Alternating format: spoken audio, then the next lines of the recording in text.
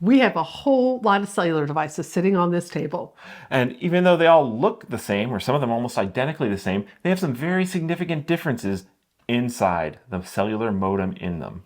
So join us for a little bit of a geeky dive into what makes one modem different from another.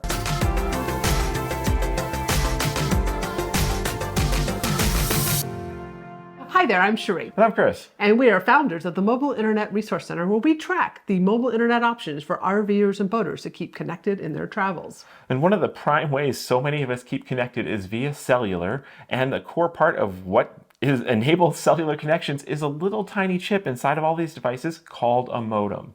Now, all of these are cellular data devices. We have hotspots, smartphones, routers, and there's also tablets and watches out there. And they all can get you online, and there's a lot of variability in how each of them does that. We have a guide that goes over the differences between these types of devices so you can help pick that. So reference that. This video, we're focusing on something that makes your performance really variable. Now, of course, there's a lot of things that can impact the actual performance and coverage that you get on the road, from the signal quality, the capacity that your cellular carrier has in the area that you're at, and the terms of your data plan. But the modem inside each of these devices has one of the biggest impacts on the coverage and performance that you will receive. So what is a modem? That actually stands for modulator demodulator. It is a tiny little device inside of all of these things that converts from the digital world of the routers and the phones and the hotspots to the analog world of the radio airwaves that are talking to the cell towers. So it's the bridge between the digital and analog world. And the difference is, the modems aren't all created equal. Even within a generation, all 4G modems are not the same, all 5G modems are not the same. And it really helps to understand the specifications and the deeper features these modems support and how they're able to do their job to talk over the analog airwaves, because even in just like one given location, like we've been testing today, we've been seeing performance ranging from 15 megabits per second downloads to nearly 200 megabits per second downloads. Same SIM card, same data plan, same exact location, just different modems. So there's a lot to understand to make sure you're getting the best possible performance when you're getting your gear. Now, if you're in just one location, depending on cellular for your internet connectivity, you can probably get an optimized solution on a lower class modem. But if you are an RVer or a boater, or you're changing locations frequently, you're going to be dealing with constantly changing variables in your signal quality and the capacity that your cellular carrier has. And having a more advanced or modern modem is one of those tools in your mobile internet arsenal that's going to allow you to have the flexibility to get the most reliable connection that you can get on the road. So let's dive into what makes one modem different than another and understanding some of those geeky specifications.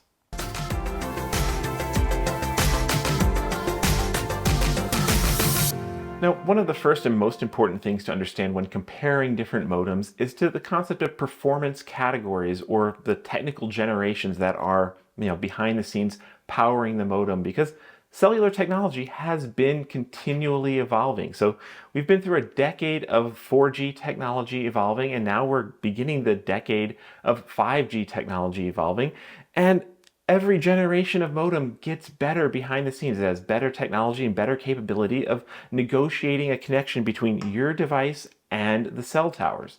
And so as the modems evolve and the cell towers evolve, newer modems have basically more protocols and more techniques to establish a faster connection with the tower. And there's been some very, very significant changes. So at the dawn of 4G, it was what was known as LTE Category 3 modems and then Category 4 modems. They were limited to a max theoretical speed of 100 and then 150 megabits per second using just a single channel, and they were kind of really basic.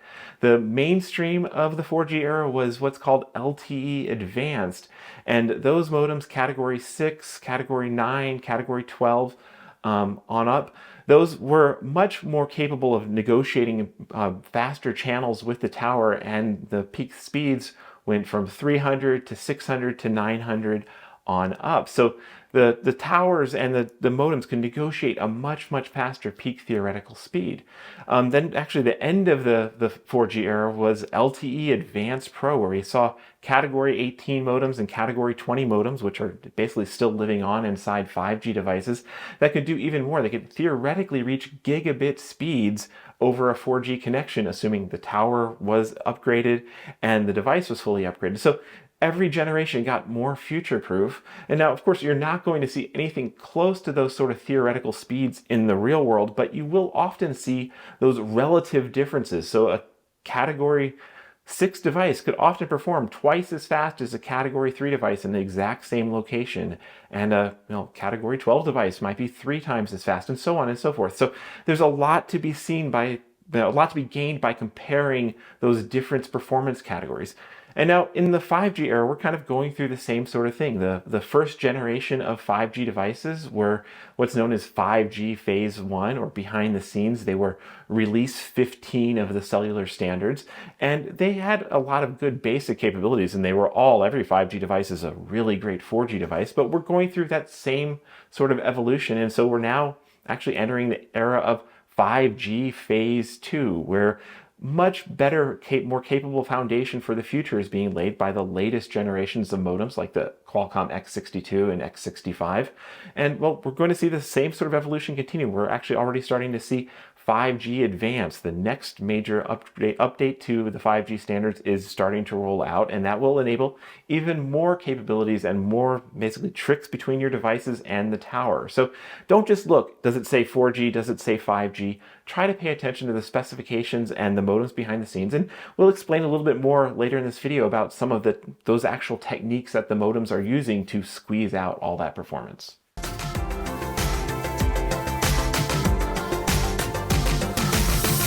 Now, another major difference between the modems is what frequency bands that they support. Now, think of frequency bands like TV channels. They are different frequencies that you have to tune in to be able to see the show that you want to watch. Very similar with cellular devices, there are multiple frequency bands that each cellular carrier broadcasts over, and those frequency bands vary by carrier depending upon what spectrum they have purchased the rights to use. Now, as the carriers have developed their coverage networks, they have purchased additional spectrum on different bands. So as we go through the different generations of cellular modems, the modems have had to keep up with the different bands that the carriers have been able to use. So an older cellular modem only covers a few or a very small handful of frequency bands. Whereas we get into the newer modems that have kept up with technology, they cover more frequency bands. It's very important to know what frequency bands your carrier is using and which are their primary and which modems support those frequency bands so that you are using the right modem for the carriers that are going to be in your arsenal. The more frequency bands that you're able to tap into means more coverage that you're going to realize across the country. And as we get into things like carrier aggregation, where you're using multiple frequency bands, it also can determine more and faster performance that you will see on your modem as you're able to combine those frequency bands together. And if you have a device that allows you to use cellular band selection or locking, that allows you to actually use specific frequency bands in your setup at a different location. And the more frequency bands that your device supports, the more tools you have in your arsenal to play around with to optimize your cellular performance. It's also important to note that some devices, like hotspot devices that are branded by the carriers, they are optimized for that cellular carrier, and their frequency bands will pretty much only be optimized for that carrier and not for other carriers. There may be some crossover between the frequency bands, but there are specific frequencies on each of the carriers that are only for that carrier.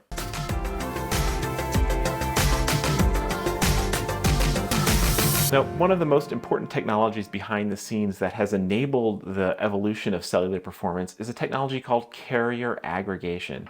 And as Shri talked about, all these different channels, these invisible highways through the air that the carriers are using, well, they've got so many of them that the way they get extra performance is by stitching them together and combining multiple carriers through the air into a bigger virtual channel that can carry more data and double, triple, quadruple, and just keep on increasing your speed by basically tuning into multiple channels at once. Now, in the early days, the Category 3 and Category 4 devices like these here, they can only tune into a single channel. That was like one of their biggest limitations, and that can really come into play when, well, the download speed might be really poor on a channel that has good upload speed. So which channel will a router tune into? You don't know. You might have very poor performance overall because of the only one channel that it can tune into. The Category 6 modems on up, that was basically the LTE advanced generation, they can tune into 2 channels. So the Category 6 modems could tune into 2 channels, the Category 7 modems could tune into 2 channels, and the Category 7 modems can actually broadcast on 2 channels, so your uplink could be carrier aggregated as well. So you're increasing the potential for your upload speed. So they're major advantage there. Category 12 modems could do combine 3 channels for downloads, 2 for uploads usually, and so on. So it just kept building from there. And actually, we're often now seeing, particularly on AT&T, the latest 5G devices, when they're working in LTE mode, are sometimes combining 5 or even more channels together to stitch together the best possible connection for you in a given location. So carrier aggregation has been a very key technology that has evolved, and you've got to pay attention to what generation of device you have. And particularly on AT&T in the LTE world, carrier aggregation can make a big difference because they use so many different channels. Now, carrier aggregation is a thing also in the 5G world.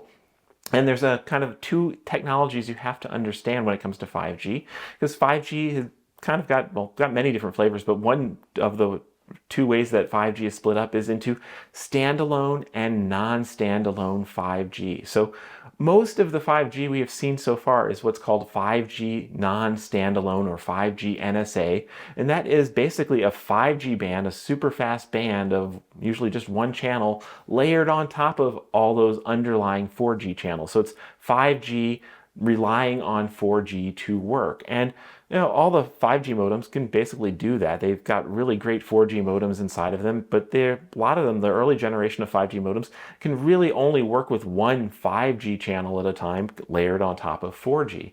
Now, 5G standalone, or some people refer to it as 5G truly native, is 5G with no 4G under the hood. So it's just 5G channels, which can be potentially a lot faster, and if they're not waiting for the slower 4G channels, they can have potentially much lower latencies. So 5G standalone is a good thing and is a big part of the future potential for 5G. And, well, there's no 4G under the hood, but now we're back to needing to combine multiple 5G bands together. And a lot of the early generation of 5G devices, like the Qualcomm X55 modems in this first generation Peplink Max BR2 Pro, can really only work with, in most combinations, just 1 channel at a time in 5G standalone mode, whereas like the Qualcomm X62 in this new generation Peplink Max BR2 Pro can work with 2 5G SA channels together and combine them, and that can make a really huge difference in performance. And we've actually seen this and demonstrated this because the only carrier who's currently using 5G standalone is T-Mobile and a little bit of Dish. But T-Mobile has got places where they've got a lot of download capacity on 1 band and their uplink capacity is on another band. And only a device like the X62 can use both of those bands at once, combine them, and give you the best of both worlds. So understanding carrier aggregation and how it plays across these range of devices can make a really helps you understand why there is such a big performance disparity in some locations.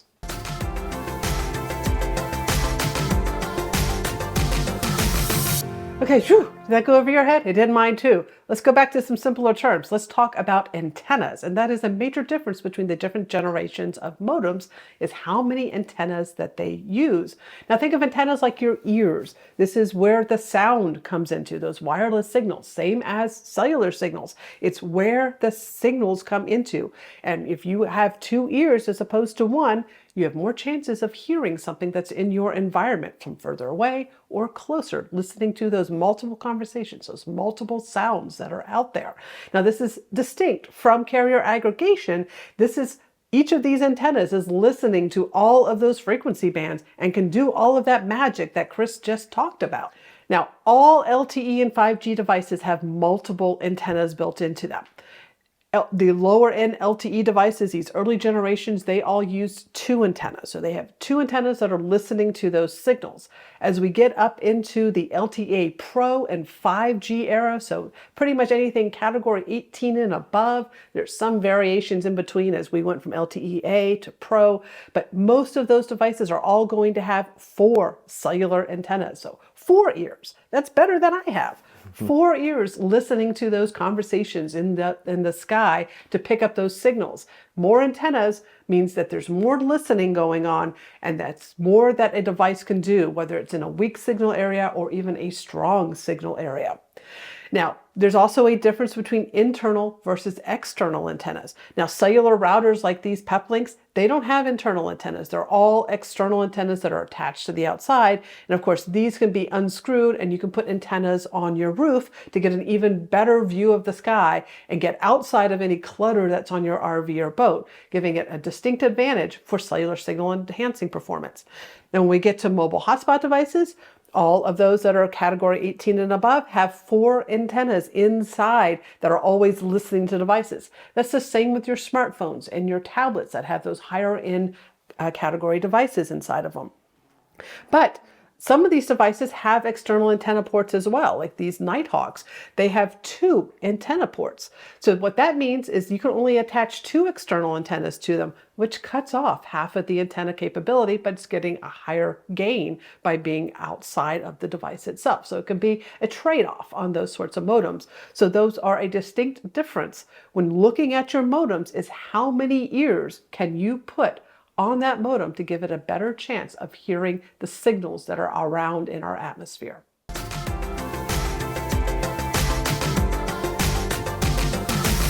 So as we've talked about, more modern modems have a much bigger bag of technological tricks they can tap into to establish a connection with a cell tower. But how does that play out in real-world performance? And well, that is something we are constantly testing to see how well theory matches reality. And we do a whole lot of this sort of testing over at the Mobile Internet Resource Center. And today we're going to share with you just kind of like one real-world example from our latest round of testing, focusing on T-Mobile because T-Mobile is the one carrier that is the furthest ahead in deploying next generation 5G technologies like 5G standalone mode. So you can see some really dramatic differences. So here in our testing in Benson, Arizona, we did some testing in an indoor location, actually right here, and also kind of downtown right near the cell tower. And let's see how these different generations of routers perform, starting with like a category 3. This is a vintage original Max BR1 that we've had in service for almost as long as the Mobile Internet Resource Center has been around. So this is about as old as an LTE device can get with a category 3 modem. And well, we're still seeing performance of like 17 megabits per second downtown and 15 megabits per second here in the house. So it's actually able to do a fairly decent job. But you know, it's only got one band to tap into. So if that band starts to get congested, performance plummets. There's not a lot of dynamic adjustments going on behind the scenes. Switching to, of a similar generation, there's category 4 modems that we don't have an example of here right now, but that's also would be limited to a single band. Moving up to the LTE advanced here, we've got the Max BR1 Pro Mark II. This was a pretty major advancement for Peplink. That was a top pick for quite a long time because it had the category 6 modem, had a faster CPU and everything else. And well, in town, I was still getting roughly the same 17 megabits per second. This particular location, there was no advantage to a second band on T-Mobile at that particular place. But here inside, it doubled the speed. We got basically 28 megabits. So roughly a speed doubling here. So a second band was able to be layered on top and fully double the speed by going to a category 6 modem. Kind of exciting. Next up in our box of devices here is a Peplink Max Transit Pro with 2 LTE modems, a Category 7 modem that has band 71 support, so it makes it better suited for T-Mobile's long-range coverage, and a Category 12 modem that has got the capability of 3x carrier aggregation, and so theoretically can go quite a bit faster, but that Category 12 modem does not have band 71 support, so it will miss out on T-Mobile's longest range coverage, meaning you've got to decide between between which modem you want to use for any given connection, because it might have better speed or better performance depending on your local conditions. Here in our testing in Benson, the Category 7 modem gave us a 31 megabits per second in town and 37 megabits per second here indoors. It actually did really well there. The Category 12, though, basically performed almost the same at 33 megabits in town and 39 megabits here indoors. So it didn't have a huge advantage one way or another, depend on Category 7 versus 12. But on other carriers, actually here in this exact location, because we tested on all the carriers, we did see a significant difference between Category 7 and Category 12, and sometimes in some surprising ways, because the Category 7 modem is slightly newer design than the Category 12, even though it has less raw capability. So things get kind of interesting there when you're comparing these different generations.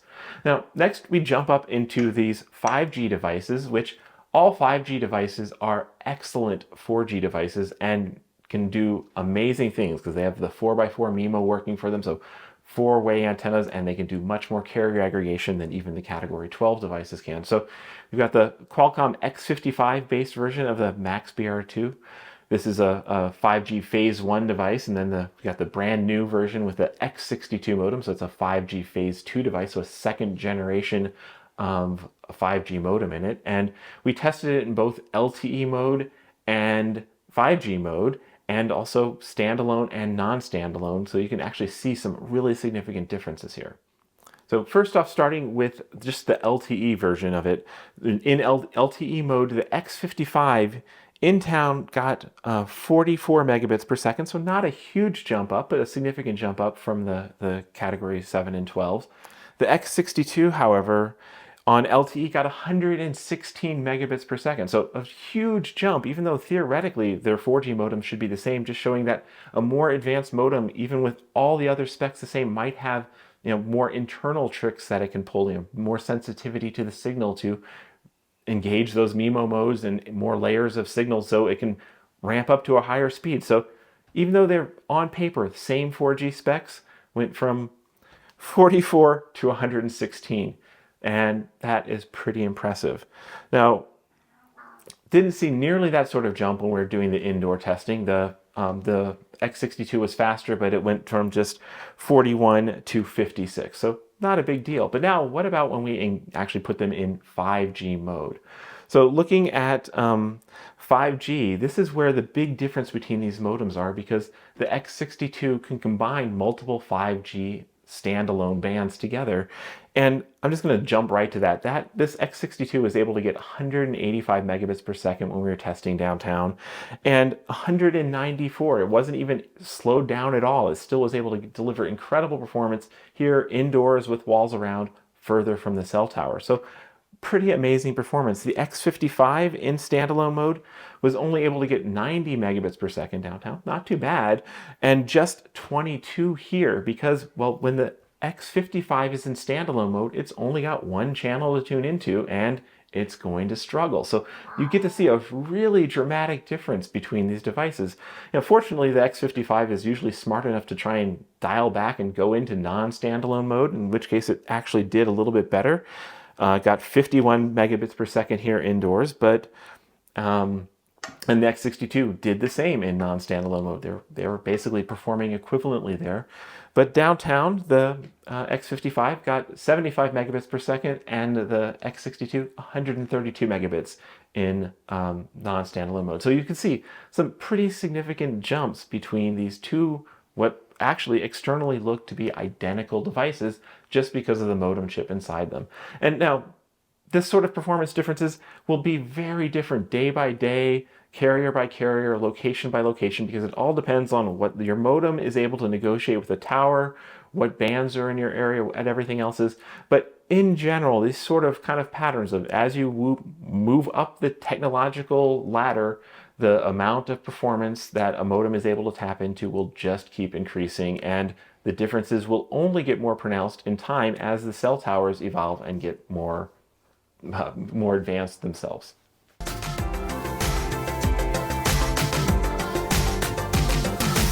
Now, as we said many times throughout this video, there are a lot of things that impact the actual performance and coverage that you will get. The modem inside is a major part of that, but so isn't the signal quality that you have, the congestion and capacity that your carrier has, as well as the terms of your data plan. For diving deeper into cellular data performance and how to optimize it, we have a full guide and video that goes into that. So follow up there as well. There's a lot to understand about cellular data performance.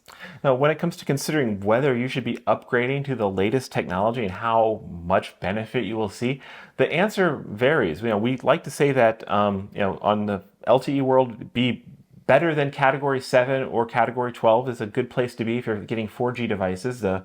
Don't pay attention to Category 6, Category 4, and Category 3 at all. They're basically kind of obsolete now. But we've reached the time of the technological evolution that it really makes sense. All the carriers, it makes sense to be on 5G. That was a lot of content, and this is a free video that we are putting out to the public, and hopefully you've gotten something out of this that can help you be a more informed consumer in selecting the right gear for you. Content like this, however, would not be possible without the support of our premium members, our mobile internet aficionados. That is our primary source of funding, is from our members. That is how we like it. It keeps us unbiased and accountable to our community, including you. If mobile internet is an important part of your lifestyle, please do come and help us make this all possible. We have a lot of different membership options that you can come and support free content like this, as well as going deeper with our member exclusive content. Our members have full access to all of our testing data on all of the carriers, so you can see how these performance generations make a difference on the other carriers as well. And they get in-depth guides, they get classrooms, they get vendor discounts that make some of this pricier gear more. You can save more than the cost of membership in some cases. So please do come over, help make this content possible. That's our goal, is to Geeky, but not over geeky. To make this content accessible for those that have the interest in learning more about how to make their best mobile internet solution to keep them connected on the road. So, until next time, may the bandwidth be with you. Take care. These videos are brought to you by our premium members, our mobile internet aficionados. They make it possible for us to track this news and create these videos. If you like this video, please give it a thumbs up, leave a comment, subscribe to our channel, or better yet, consider becoming a member yourself.